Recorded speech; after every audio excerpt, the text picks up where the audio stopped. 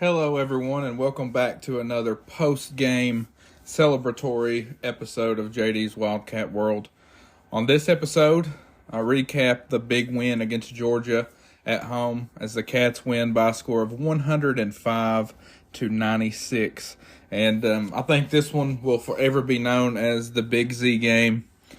Zvonimir Ivicic gets cleared today and comes in and has a great debut. We'll get into that, plus other things that went really well for the Cats. They just played an all-around great offensive game. Anytime you put up over 100 points, I don't care who it is against, I'm going to be happy with the offensive effort. So just a very solid game. Before we get into the stats and that kind of thing, I am going to go right into Big Z's debut. I feel like that's the story of the game in general. I know we put up 105, but the college basketball world and Big Blue Nation all could not get enough of Big Z as he came in, played 16 minutes, which, I had several people messaging me before the game once the news broke that he was clear. I didn't expect him to play today, to be honest with you.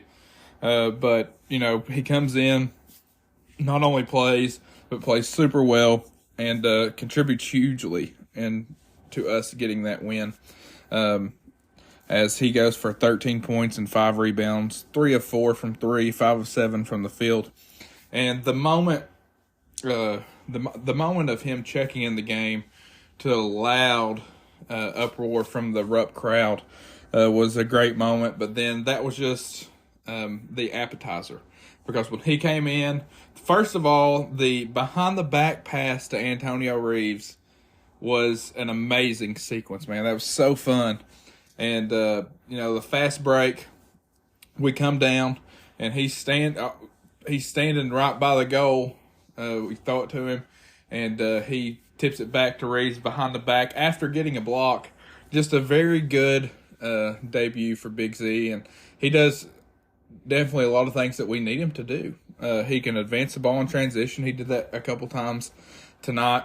Of course, the behind-the-back pass to Reeves, hitting an open three. I'm watching the highlights on SEC Network right now as we speak. But the college basketball world's going crazy. This talented Kentucky team is adding this big 7'2" guy that can step out and drain a three. And do several things. He had that one move where he's standing at the elbow, spins, and almost throws it down on a guy's head. And then later on, of course, dunked. But he adds an element to this team that makes them even better and even more fun than they were before. That's just, and then not only was he hitting open threes, he buried one with a guy right in his grill. And just completely buried it. And I'm very excited, as you can tell. I'm excited to see what he has. Everything I saw tonight, even on the defensive end, and that's really, I was talking the other day. They were asking when he comes back, what can I expect? The offensive 13-point outburst was awesome. But I'm looking forward to him just being there to rebound, to block shots. And he showed tonight that he's very capable of that, only playing 16 minutes, recording 3 blocks. That's what we need him to do. And I think that's what he will do. He will just continue to get better, especially on the defensive end. There were some times he got beat on backdoor cuts or a guy cut right in front of his face. But, from what I gather, he's not been allowed to practice with the team since summertime. He might have been able to at the very beginning of the season, but by NCAA rules, he was not allowed to. I'm sure he did individual workouts, but as far as teamwork together, I don't think he's been able to do much of that since the season began. So, very excited. Big Z is finally free. And I liked his post-game interview with the SEC Network where, they asked him, what was your reaction to getting cleared? And just him saying him and Cal were crying in his office and jumping up and down because they were so excited. And I love it for the kid because he could have easily not came back after the holiday break when he went home. There was word around the team that I'd heard that, there was a possibility of him not coming back. And I think I touched on this around that time. I would have understood it. I just hated the whole situation for him, but he stuck it out. He wanted to come back himself because there was a chance that this could happen. He gets clear, and next thing you know, we hang 105 on an SEC opponent, and he's got 13 points in 16 minutes. So, once again, can't say enough good things. Another dimension to this team that was already absolutely stacked, that it could absolutely score it at will. With a full roster and Aduthiero still being out, so -1, still hang 105 against any SEC opponent is definitely a good thing. So there's my 2 cents on Big Z. Super glad to get him, especially going into a hostile road environment at South Carolina. I think it'll be big to have him down there too as well. So I sound like a giddy child. I know. You ought to have heard me while this sequence was going on, watching the game. You all would have thought I was a preschooler because I was laughing, I was giddy, I was screaming, I was almost in tears. I was so happy. Because as Big Blue Nation, this is the kind of team that we have wanted for several years, going back to Fox and Monk, I think was the last team that was just so much fun to watch on offense, especially offense, but just has so many weapons that they can get you from any position on the floor at any time. When you have Trey Mitchell, Antonio Reeves, DJ Wagner, Reed Shepherd, Aaron Bradshaw even did some good things tonight. You've got all those guys, and you add Big Z and Rob Dillingham when he's on. He had an off night tonight, but he was due for one because he's been really hot lately. You have all these different weapons, and they gel together so well that, I say for the rest of the country, you all better watch out because we're coming. I can't say a bad thing about the Cats tonight. The only thing that I would maybe pick out a little bit was the ending of the game, the last 10 to 12 minutes. We were up like 92-68, something like that, and from that point on got outscored by a lot to end the game. A lot of that had to do with the refs calling a lot of touch fouls on us. Georgia was in the double bonus early, got a lot of easy free throws. But I do believe the defense has to get better. But, man, I was very impressed with the first 30 minutes defensively as well. Only giving up 68 up until that point, which is good for this team. You would say 68, you shouldn't give that up in a whole game. But, the way, as fast as we play, that's what people have got to understand. And I understand we do give up a lot of points per game. But when you play as fast as we do, you're going to give up points. That's something that I need people to understand. When you play as fast as we do, when you're putting up 105 a game, odds are you're going to give up 90, at least 90 a game, because you play so quick. You're putting so much out on offense that the other team is going to score as well. So I wouldn't freak out too much about the defense, to be honest with you, especially when we are doing what we're doing on offense. So we go 14 of 25 from 3. You all know, I say this every episode, I think 25 threes is the magic number. 14 threes tonight. That's huge. If you hit 14 threes in a game with this team, this firepower, I don't see anybody beating you, to be honest with you. No, it would have to be a heck of an effort for someone to beat us when we make 14 threes. Rebounded them by 2. Had 11 more assists than them. That's a big number, too. 11 more assists than Georgia for the total game as a team. And we also shot 62%. When you shoot that well with as many shot attempts as we took, that's also a recipe for success. Want to dive in a little bit into the rest of the box score. Trey Mitchell led the way and was scoring 23 points, 5 boards, 4 assists, 8 of 10 from the field, 1 of 2 from 3. He was extremely efficient. Hit several free throws as well. I want to take a minute to say I think Trey's getting better at the free throw line. He struggled early on in the season, but he's doing great things. Had an off game a couple games ago, but really stepped it up tonight. Antonio Reeves is just your consistent 20-point per game scorer. He has 21 again tonight, 5 boards, 4 assists. Did a little bit of everything. Got to the rim, shot 4 threes, hit 2 of them. In 37 minutes. So he's old reliable. Antonio Reeves is, and I want to shout out DJ Wagner, 18 points, 10 assists. For any of my listeners that have conversations with me that want to tell me DJ Wagner is not who should be leading this team at point guard, I want to go out on a limb and vaguely say you are 110% incorrect, in my opinion. And, it's my platform, so I'm going to give you my opinion. And if anybody is thinking that, and trust me, some of you are going to be like, what? What? How's that even possible? If you watch these games, how can you say that he is not the right guy for this team? He has 18 points, 10 assists tonight, and you still got people saying he's not what he needs to be. And I think that's completely incorrect. He continues to get better and better. Extremely efficient night tonight. 8 of 10 from the field, 2 of 3 from deep. And I know he missed the wide open layup. That one hurt. He would have had 20, but 18 and 10. If he can do that every night, folks, if you have a point guard that dishes out 10 plus assists a game, that's really a very good weapon to have. Aaron Bradshaw, 6 points, 3 boards. Justin Edwards, 6 points and 3 boards. Edwards actually fouled out. Neither one of those guys have to be superstars for us. I thought Bradshaw did some great things.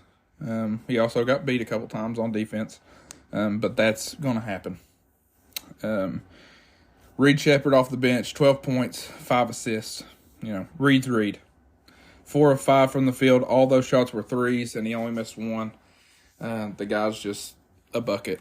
He is an absolute bucket, and he does so many other things well, getting his teammates involved. And, take a minute to touch on Rob Dillingham. 1 of 6 from the field, 0 of 3 from 3 with 2 points. Also dished out 2 assists and had a rebound. He was due for an off game.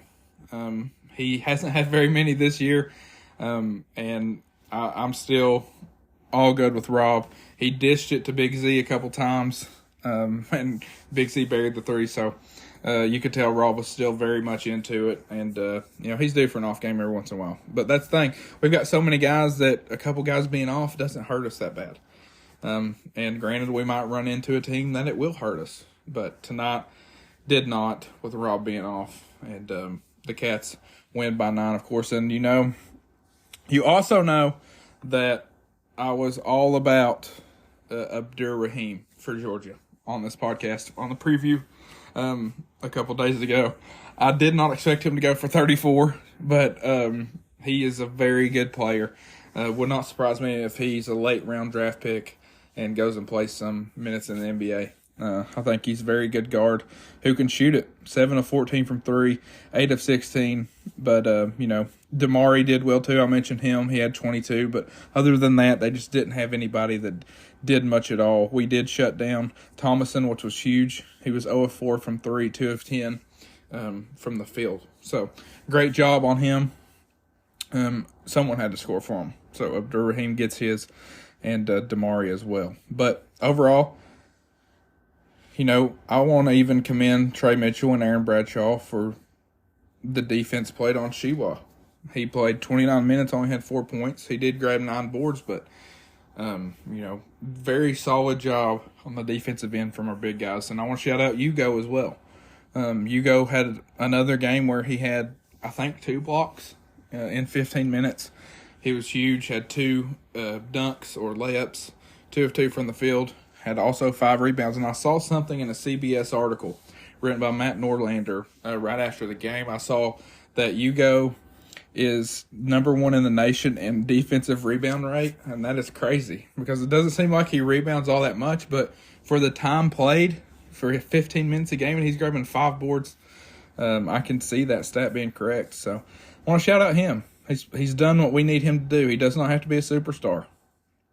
And he hasn't been. He has done he has figured out his role, and he is playing it exceptionally well. And I think Aduthiero is going to do the same thing when he eventually comes back. Adu already had his role when he got injured, and he was playing it well. So very proud overall and very excited at the same time. As you can tell, I'm getting giddy again. But just a very overall great performance, besides the last 10-12. But like I said, you're not ever going to hear me complain about a 105-point performance, especially when we come out with the win comfortably. Gave up 96, but the game was never in question, and you're not going to hear me complain about that. So, I also want to shout out the crowd. Weather in Kentucky has been crazy this last week, and BBN showed up. Showed out, was loud the whole time. Like I said, the eruption for Big Z. I'm jealous of the people that went. I wish I was there to experience that moment. That moment will live on forever. But I know for a fact I'll be there for the Florida game in a couple weeks and get to see him play. So that'll be huge. That'll be fun. But, that's a very good win over a solid team. I think Georgia's a tournament team that dropped them to 13-5. I think they're a tournament team. I'll take the win at home, and now we shift our focus to a quad one opportunity at South Carolina. Haven't dug too much into the South Carolina tape. I did watch a little bit of their game against Georgia the other night where they lost. Georgia went into South Carolina and beat them. So, I have no reason to believe we can't do the same. After we just handled Georgia. South Carolina comes in 15-3. Only have lost 3 games this year. Have had a pretty easy schedule. But, we lost down here last year when we should not have. South Carolina, I know we didn't have the best year last year. Still no excuse to lose at South Carolina, in my opinion. That should have been a win last year. But can we bounce back this year? I think we can. Meechie Johnson leads South Carolina, averaging 17.2 points a game. And they have a guy that you all might remember. He played at Vandy the last couple of years, Miles Studi. Lit us up in the SEC tournament last year, I want to say. And he's averaging right at 10 points a game. I think he was injured. I think he was out today. They won at Arkansas. I know he was out the game before. Yes, it looked like he was out again today. So, I don't know. Anytime a player's injured, it seems like they come back against Kentucky. But we'll see. If he's out, that's definitely a good thing for us, in my opinion. BJ Mack, their forward, also has emerged as of late. He's averaging right at 14 a game for the Gamecocks. So, holy crap. I'm just, it's crazy when you see somebody and you realize that you are a former AAU teammate with him. I did not realize he was at South Carolina now. Okay. BJ Mack, he was, that's crazy. I played in a national AAU basketball tournament with a team called Each One Teach One in middle school. And BJ Mack was like our leading scorer. He was a big guy, but even then, he's now 6'8", 270. So that's crazy. But, it's crazy to see guys that you played with succeeding at such a high clip. And I promise you he'll be a load for us. He's a forward. That's insane. I read the name BJ Mack, and I'm like, that name sounds familiar, and you click on his picture. And he's from Charlotte. He was good back then, and he's obviously even better now, as he scored 18 today against Arkansas. So he was about 6'3", 6'4" in middle school, and he shot up to 6'8", and is playing very well for South Carolina. So shout out BJ Mack, and hopefully we can shut him down. Trey Mitchell, get ready, because he's low down low. But back to my focus that just completely caught me off guard. I thought he was at Samford at one point. I know Quez Glover, who was also on that team, is at Samford, but BJ Mack now at South Carolina and doing good things. So he'll be a load. And I still like the Cats. And this game is at 7 Tuesday night in Columbia. But I like the Cats to win this game. South Carolina only averaging 73 points a game, but they only give up 65. So I think it'll be a tough environment. I don't think it'll be as tough as Texas A&M or Florida was. I think it'll be rocking, but not as much. And we just added a very valuable piece to our roster, and I think the Cats win this one. And I will say by a score of 94-83. I think we win by 11 points. And MVP. I struggle with this every episode. Who to pick for MVP? There's so many guys, but I'm gonna pick. I like DJ Wagner. I like DJ Wagner be MVP. If it wasn't for Big Z's breakout performance tonight, DJ probably would have been the MVP. But of course, I think in my opinion, you have to give it to Big Z as he came in and did a great job. But I'll take DJ. He's improving at a great clip. I don't see anybody on this roster, on South Carolina's roster, that can prevent him from getting to the rim. And that was a trouble for Georgia tonight, and that's going to be trouble for teams on into conference playing in the tournament. I think, it's going to be very hard for them to stop DJ from getting to the rim. He's just got to finish it. Lately, he has been, and it's, this team's going to be dangerous. 2 top 10 teams lost, at least 2. Kansas lost to a very bad West Virginia team today. Like West Virginia sitting at 6-11 on the year. And Duke lost to a Pitt team that was 1-5 in the ACC and 10-7 overall. So 2 teams in front of us fall. If you all know me, know my opinions, I think Duke, honestly, one of the biggest fraudulent teams in the NCAA. To be honest with you, they haven't played anybody hardly. They squeaked by and win a home game against Georgia Tech last week by like 4 points. Should have lost that game, and then they rise up in the rankings. I don't get that. I'm still not a believer of the Duke train. Maybe I'll be wrong later on into the year, but I think they're not very good right now. Kansas, that loss honestly baffled me because I think Kansas is pretty good, to be honest with you. At the beginning of the year, I thought us and Kansas were the best 2 teams in the country. I don't think that anymore. I think we still are. But, when you go lose to a 6-11 West Virginia team, I don't think you could really be considered one of the best in the country. But I guarantee you the media will not grill Kansas and Duke like they grilled us when we lost to Wilmington. So last time I checked, Wilmington's now 12-5 and leading their conference. So, but you won't hear that when we are talking about losses. You won't hear the bad loss for Duke or Kansas because for some reason that's just how it is. But the point in all that is hopefully the Cats rise up to maybe top. I doubt they go up to the top 5, but maybe 6th or 7th I could see.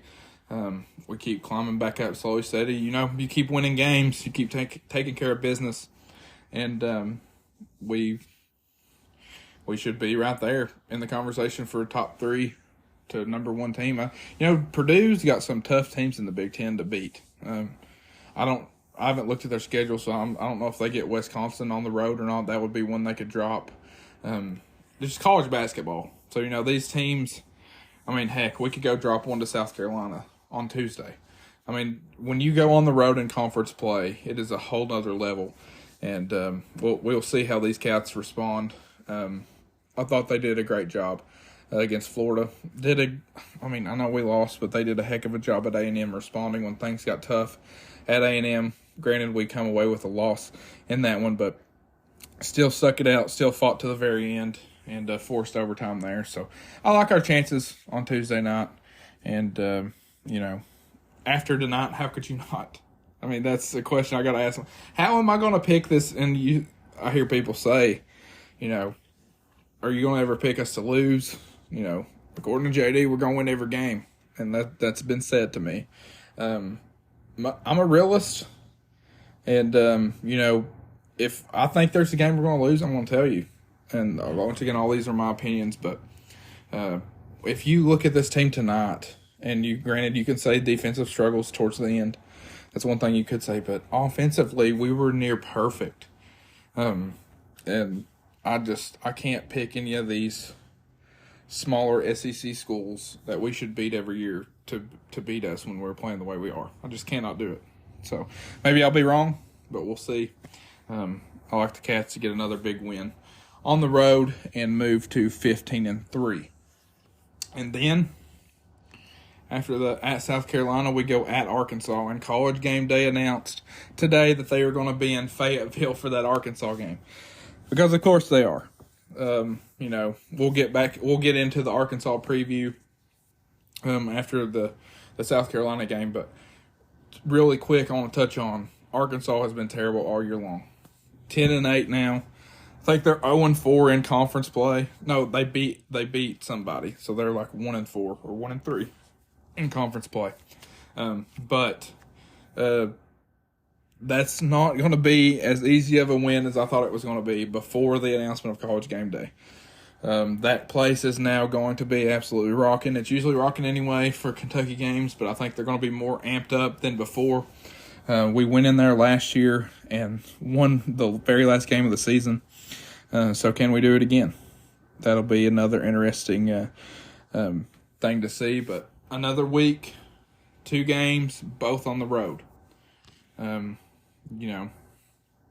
see how we respond to that. We haven't had both games on the road yet in conference play.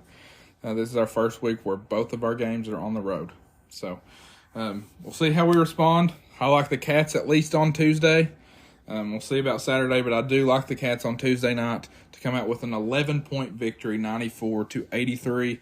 DJ Wagner, my MVP pick.